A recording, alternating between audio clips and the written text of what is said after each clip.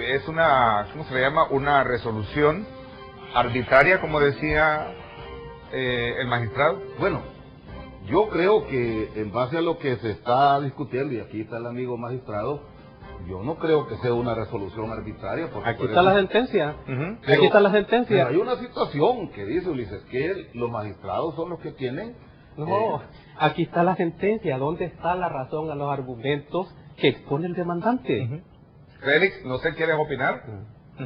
¿Está bien? No, pero quiero que especifique, porque dice que no es arbitraria.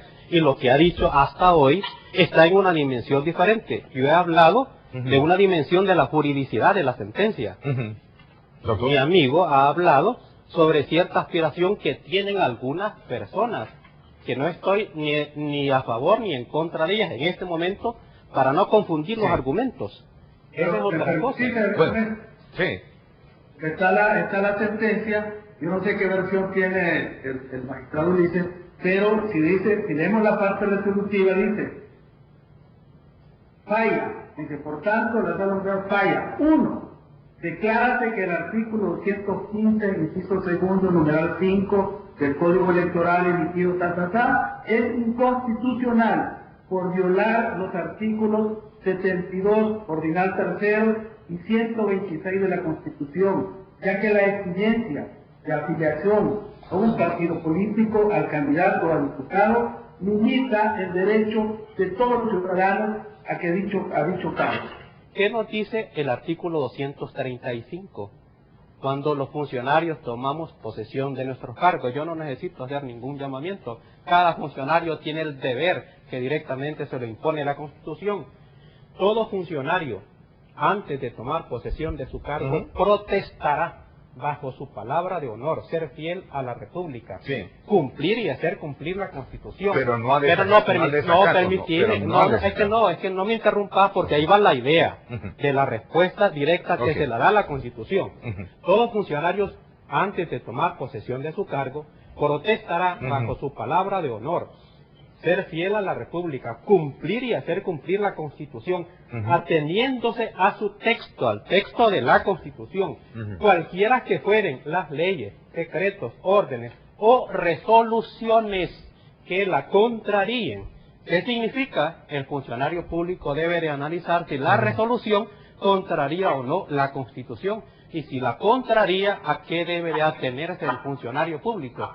Pero lo que sí señalo es que son las voces de algunos que están inconformes, de algunos inconformes, pero eso no significa que es la voz de la representatividad de todo el pueblo salvadoreño, cuando realmente es a través de las elecciones que se manifiesta la representatividad. Si el pueblo salvadoreño no quisiera, pues no votara por los partidos políticos. Insisto en mi pregunta, ¿por qué entonces aquellos como usted que dicen que es arbitraria esta sentencia, otros no lo piensan así? ¿Cuál es la diferencia?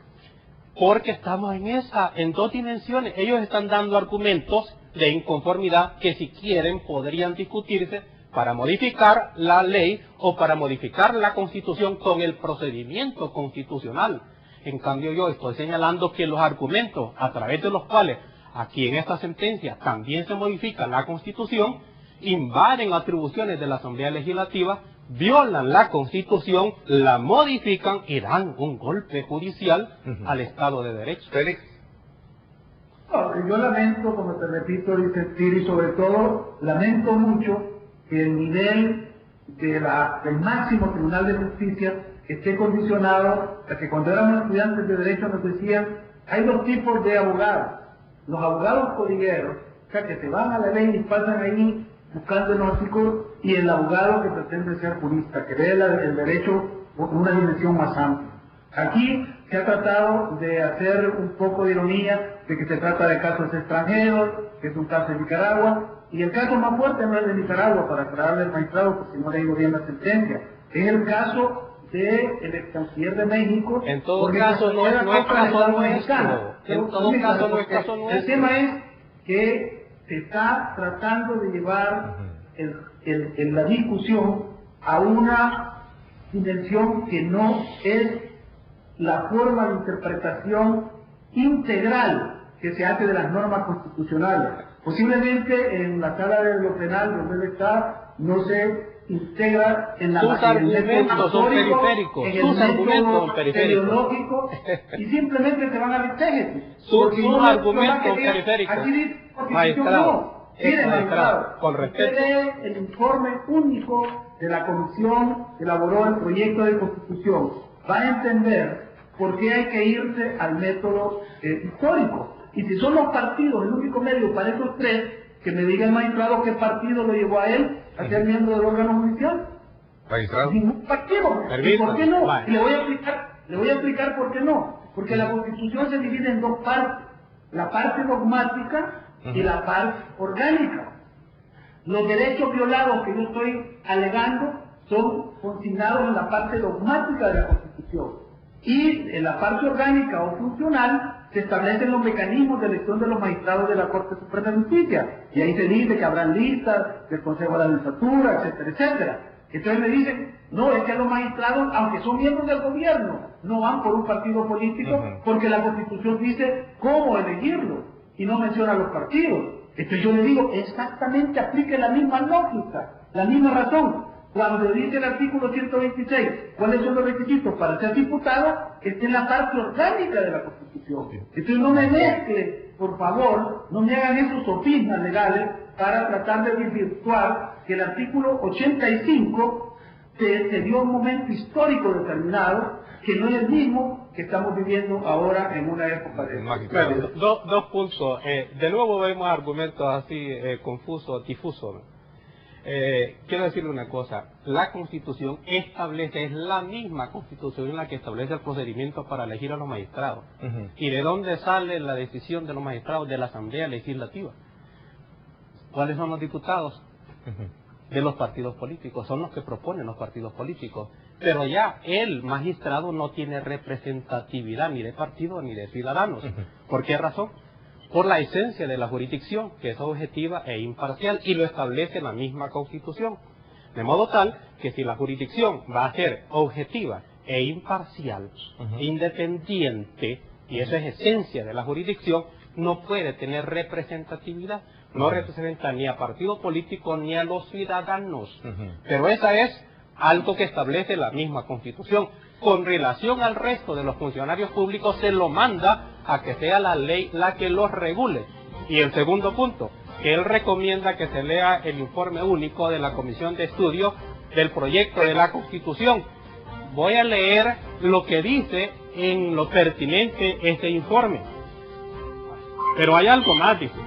Para la defensa del sistema democrático y conforme a las realidades nacionales, la Comisión concluye: un concepto adicional de limitación circunscribe a los partidos políticos la expresión de ese pluralismo democrático y representativo, de manera que no se permita que otras instituciones con distintas finalidades se arroguen la representación popular. Y sigue diciendo: teniendo en cuenta lo expresado en el artículo 268, tiene valor de documento fidedigno para interpretar la Constitución. ¿Qué dice este informe único?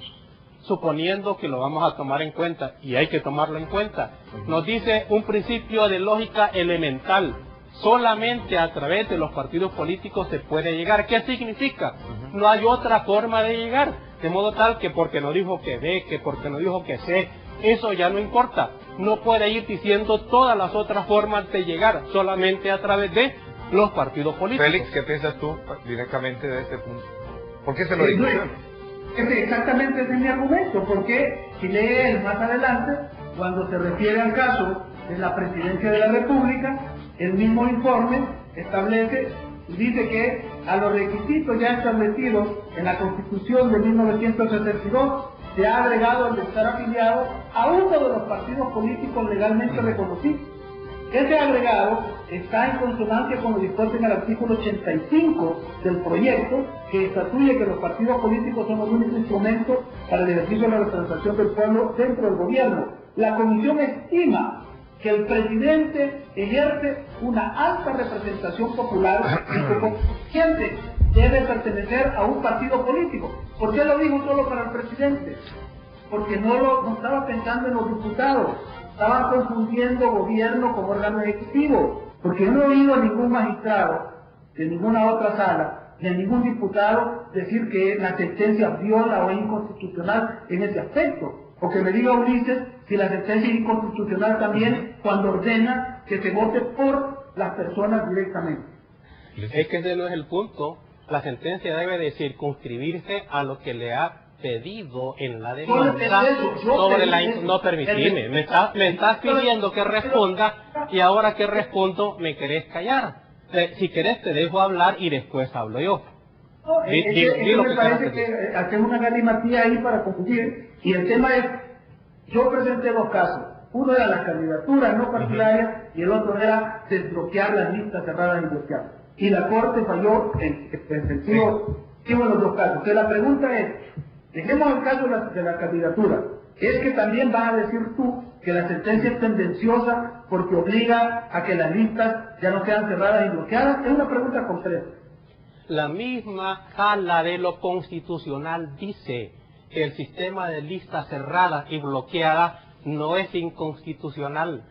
Examine el sistema de listas cerradas y el sistema de listas bloqueadas. Empresarios temen se abran puertas al crimen organizado.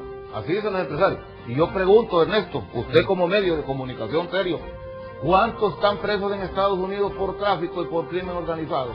Y no salieron de los partidos, no está Liu Martínez, no está Silva Pereira. ¿Y de qué partido serán ellos? Es que eso prueba que el argumento es válido. El crimen organizado siempre ha estado en los partidos políticos. Lo que pasa es que subliminalmente han tenido puertas abiertas. No, mire, esa es una afirmación temeraria. No, permitime un segundito, es una afirmación temeraria y creo que deslegitima a los partidos políticos. Es más, el hecho de que haya dos, porque no son solamente dos, sí, correcto, permitir, que están presos allá en los Estados Unidos, demuestra que el sistema funciona. Porque ese filtro, no digo que es infalible, ese es un filtro, es el mejor filtro que tenemos. Pero cuando ese filtro falla, ¿cuál es el resultado? El partido político que llevó a Eliú Martínez, que es el único diputado propietario que hay, ese partido ya no existe. Sí.